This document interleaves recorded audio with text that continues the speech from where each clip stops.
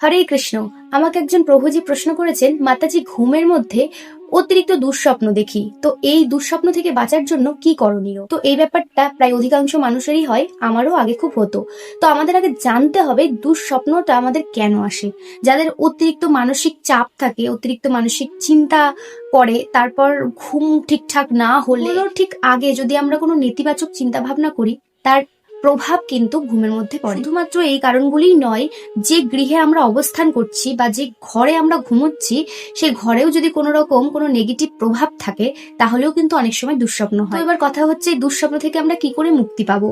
এর জন্য আমাদের নৃসিংহদেবের মন্ত্র জপ করতে হবে। নৃসিংহদেবের গায়ত্রী মন্ত্রটি হলো ওম নরসিংহায় বিদমহে বজ্রনখায় ধীমহি তন্ন সিংহ প্রচোদয়াৎ।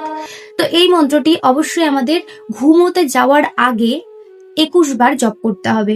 যদি সম্ভব না হয় তাহলে 11 বার জপ করার চেষ্টা করবেন। এবং ঘুম থেকে যখন আমরা সকালবেলা উঠবো, তখন আমরা ওম শ্রৌ নরসিংহায় নমঃ এই মন্ত্রটি আমাদের 108 বার জপ করতে হবে। সম্ভব না হলে 21 বার জপ করতে হবে। যদি আমরা এই মন্ত্রগুলি টানা 21 দিন নিয়ম মেনে জপ করতে পারি, তাহলে আমাদের উপর সমস্ত অশুভ শক্তি তো যাবে, এছাড়াও আমাদের যে মানসিক চাপ, সেগুলি থেকে আমরা ধীরে ধীরে মুক্তি পাবো। আর একটা বিষয় বলে দিই, গৃহে অবশ্যই নৃসিংহ দেবের চিত্রপট রাখবেন, আর সম্ভব যদি হয় তাহলে একটা নৃসিংহ কবচ নিজে ধারণ করবে। যার কাছে নৃসিংহদেবের কবচ থাকে, তার কোনো প্রকার কোনো বিপদ যদি সামনে থাকে, তাহলে সেই বিপদ থেকেও কিন্তু রক্ষা পাওয়া যায়। আর যেখানে নৃসিংহদেব অবস্থান করে, সেখানে কোনো অশুভ শক্তি থাকতে পারে না।